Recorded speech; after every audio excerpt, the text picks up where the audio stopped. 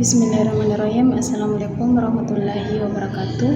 Perkenalkan, nama saya Fitriani dengan NIM 220930811020 Prodi Manajemen. Di sini saya akan memaparkan kembali materi tentang sumber, metode pengumpulan data dan analisis data, penelitian kualitatif dan kuantitatif. Adapun poin-poin pembahasan yaitu pengertian data, jenis-jenis data, metode pengumpulan data, tahapan analisis data dan analisis data. Yang pertama, pengertian data. Secara etimologis, data merupakan bentuk jamak dari kata datum yang berasal dari bahasa Latin yang berarti sesuatu yang diberikan. Data dapat berarti suatu fakta yang bisa digambarkan dengan kode, simbol, angka, dan lain-lain.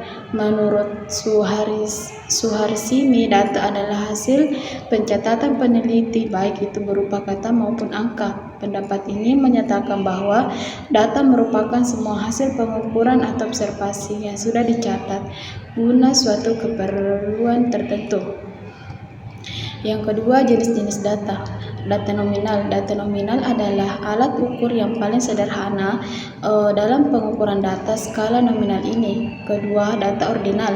Skala ordinal adalah skala pengukuran yang tidak hanya menyatakan kategori tetapi juga menyatakan peringkat konstruk yang diukur. Ketiga, data interval. Data berskala interval adalah data yang diperoleh dengan cara pengukuran di mana jarak antara dua titik skala sudah diketahui. Yang keempat, data rasio. Data berskala rasio adalah data yang diperoleh dengan cara pengukuran di mana jarak antara dua titik skala sudah diketahui dan mempunyai titik nol absolut. Yang ketiga, metode pengumpulan data. Metode pengumpulan data adalah teknik atau cara-cara yang dapat digunakan oleh peneliti untuk mengumpulkan data.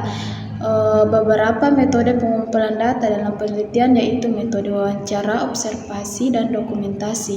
Berikut akan dijelaskan masing-masing metode. Yang pertama, wawancara. Wawancara merupakan salah satu teknik yang dapat digunakan untuk pengumpulan data penelitian.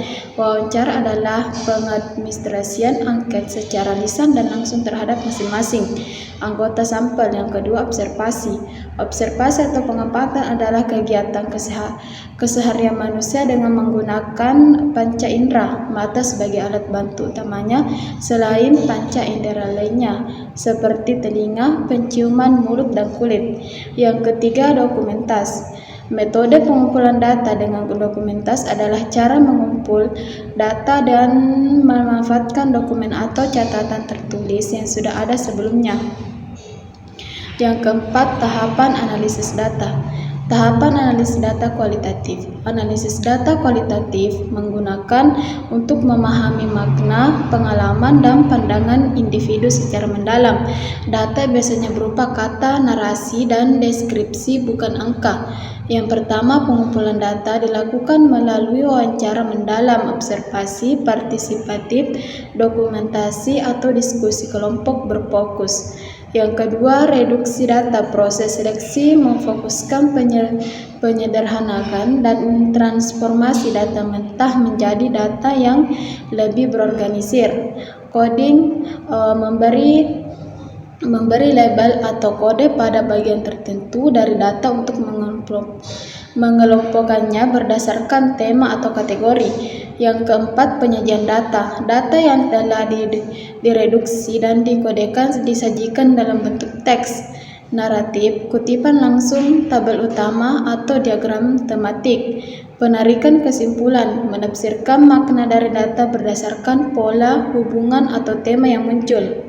Yang keenam, triangulasi, menggunakan berbagai sumber data, teknik pengumpulan data, atau perspektif untuk menguji validitas temuan. Tahapan analisis data kuantitatif. Analisis data kuantitatif berfokus pada data numerik dan menggunakan alat statistik untuk menguji hubungan atau perbedaan antara variabel. Pendekatan ini bersifat objektif dan umum digunakan dalam penelitian eksperimental dan survei. Yang pertama, pengumpulan data. Data dikumpulkan melalui kuesioner, survei online, eksperimen, atau pengambilan data sekunder atau laporan resmi. Yang kedua, pembersihan data. memeriksa kelengkapan data, kesalahan input, outlier atau data yang tidak konsisten. Yang ketiga, coding dan entry. Entry data merubah data kualitatif, misalnya jawaban ya atau tidak, ke bentuk numerik. Yang keempat, analisis statistika, analisis deskriptif.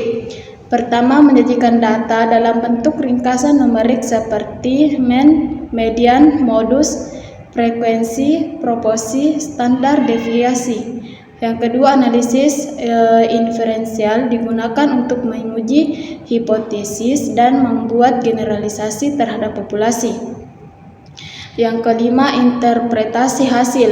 Penelitian menjelaskan apakah hipotesis diterima atau ditolak dan apa arti dari nilai-nilai statistik, misalnya nilai P, koefisien regresi. Yang keenam, penyimpulan dan rekomendasi. Berdasarkan hasil analisis penelitian, membuat simpulan terkait dengan pertanyaan atau tujuan penelitian. Kelima, analisis data. Analisis data kuantitatif. Analisis data kuantitatif adalah proses pengolah dan menginterpretasikan data dalam bentuk angka atau statistik untuk menjawab pertanyaan atau menguji hipotesis penelitian. Langkah-langkah analisis kuantitatif. Yang pertama, pengumpulan data menggunakan instrumen seperti kuesioner atau tes. Yang kedua, data dikumpulkan dalam bentuk angka. Langkah selanjutnya yaitu coding data, mengubah data non-numerik menjadi angka.